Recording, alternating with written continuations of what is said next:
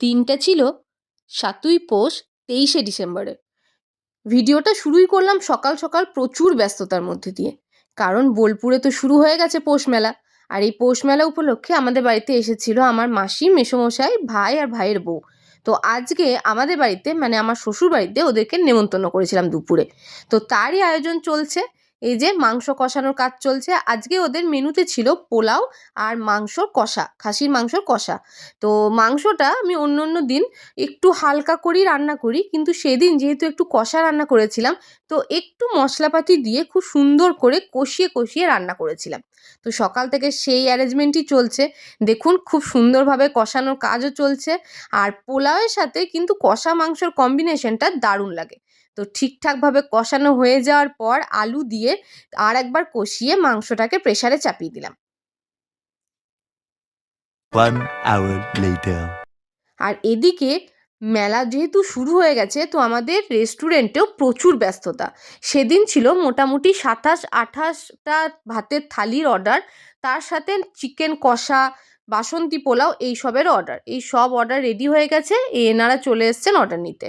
আর এদিকে চলছে আমাদের মাসিদের খাওয়া দাওয়া। দুপুরেও ছিল রেস্টুরেন্টে প্রচণ্ড ভিড়। কারণ যেহেতু বোলপুরে পৌষ মেলা শুরু হয়ে গেছে, তো বাইরের প্রচুর ট্যুরিস্ট আমাদের এখানে খেতে এসছিলেন। এইসব সামলে সন্ধেবেলায় চলে গেছিলাম আজকে ভাই বউদের সাথে একটু মেলা ঘুরতে। এই ছোটোবেলায় আমরা মানে সারা দিনে ২ বেলা করে মেলা যেতাম, আর পুরো রাস্তাটা হেঁটেই যেতাম। এখন আর অবশ্য এত হাঁটতেও পারি না, আর এই ২ বেলা করে মেলাও যাওয়া হয় না। দেখুন প্রথম দিন মেলাতেই কি ভিড়! আসলে এটা ৬ বছর প্রায় ৬ বছর পর মেলাটা বিশ্বভারতীর আন্ডারে হচ্ছে, তাই এবছর ভিড়টা কিন্তু একটু বেশিই ছিল। ঢুকেই এই সারি সারি খাবারের দোকান। ছোটোবেলায় খাবারের দোকানগুলোতে দেখলেই মোগলাই, আলু রোল এইসব ছাড়া কিন্তু মন ভরতো না। আর তারপর আমরা হাঁটতে হাঁটতে চলে এসেছি নানা রকম স্টল দেখতে। কি না নেই এই মেলার মধ্যে! এদিকে দেখলাম মকটেল কাউন্টার, যেটা এখন খুব নতুন উঠেছে। আর এই যে জৈন শিল্প মন্দির, যেটা একদম ছোটোবেলা থেকে কোনো দিন দেখলাম না, মেলাতে আসতে এরা ভুল হয়েছে। আর এদের আচার, বড়ি, পাঁপড় এগুলো দিয়ে তো আমাদের ছোটোবেলার দিনটা কাটতো। আর আমরা কি করতাম জানো?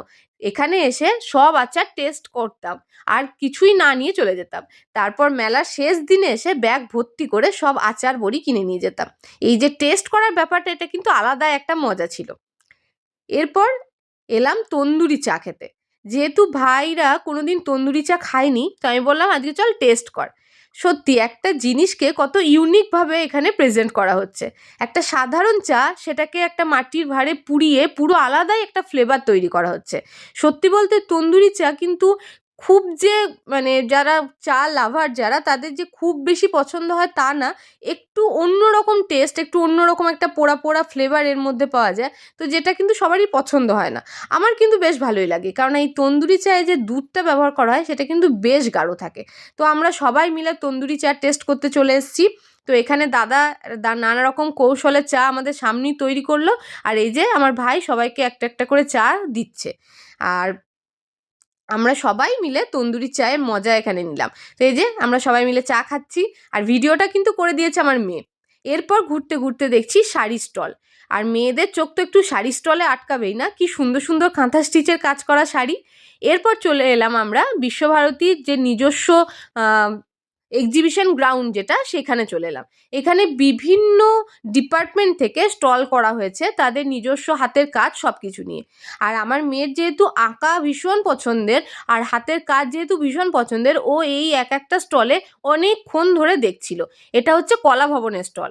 কলা ভবনের এত সুন্দর আঁকা, বা ওদের যে সুন্দর সুন্দর হাতের কাজের যে জিনিসগুলো ছিল, এগুলো আমাদের দেখে মনই ভরছিল না। দেখুন কত সুন্দর আঁকা হয়েছে। আর এটা হচ্ছে যোগা ডিপার্টমেন্টের স্টল। এখানে একটা বসে আঁকো প্রতিযোগিতা হয়েছিল, যেখানে এই সুন্দর সুন্দর ছবিগুলো বাচ্চারা এঁকেছে। তো যোগার বিভিন্ন পশ্চার, যোগা করলে কি আমাদের উপকার হয়, এই সব নিয়ে কিন্তু এই স্টলটা সাজানো হয়েছে। তো বিশ্বভারতীর এই এক্সিবিশন গ্রাউন্ডটাতে আমরা অনেকক্ষণ সময় কাটিয়েছিলাম, আর প্রতিটা স্টল ঘুরে ঘুরে দেখেছি। এরপর চলে এলাম আমাদের অনুষ্ঠান মঞ্চের দিকে। এসে দেখছি রাইবেশের নাচ পরিবেশন হচ্ছে। এই রাইবেশের নাচ কি জানেন তো?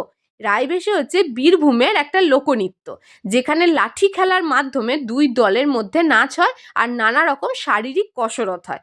এটা মূলত আগেকার দিনে মানে ডাকাতরা ডাকাতি করতে যাওয়ার আগে এই ধরনের নাচ পরিবেশন করত। এই যে লাঠি খেলা, একটা একদম গ্রামীণ বাংলার ঐতিহ্য এখানে কিন্তু উঠে এসেছে। আর এই অনুষ্ঠান মঞ্চে যদি কেউ সারা দিন বসে থাকে তাহলে কিন্তু সে একদমই বোর হবে না, কারণ রায়বেশের পরই শুরু হলো ছৌ নাচ, যেটা পুরুলিয়ার একদম অন্যতম আকর্ষণ। তারপরেই ছিল বাউল গান, তো একটার পর একটা অনুষ্ঠান কিন্তু চলতেই থাকে। তারপর আমরা চলে এলাম জুটের যে আসে কোম্পানি থেকে, যে জুটের যে শোরুমটা করে সেখানে। এখানে বিভিন্ন জায়গা থেকে বিভিন্ন শিল্পীরা জুটের তৈরি নানা রকম জিনিসের পসরা নিয়ে বসেছে। এখানে হচ্ছে জুতো স্টল। জুটের যে কত সুন্দর সুন্দর আর কত ইউনিক জুতো দেখতে পাওয়া যায়, তো এখানে না এলে জানতে পারতাম না।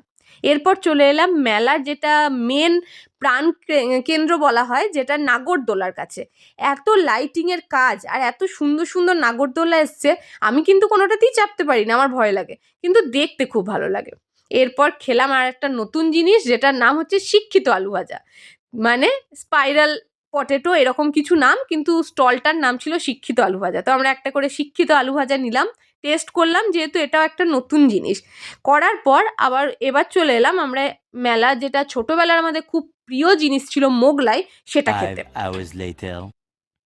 এরপর বাড়ি এসে দেখি রেস্টুরেন্টেও রাত্রের লোকজন সব আসা শুরু করে দিচ্ছে এবং খাওয়াও জোরদার স্টার্ট হয়ে গেছে।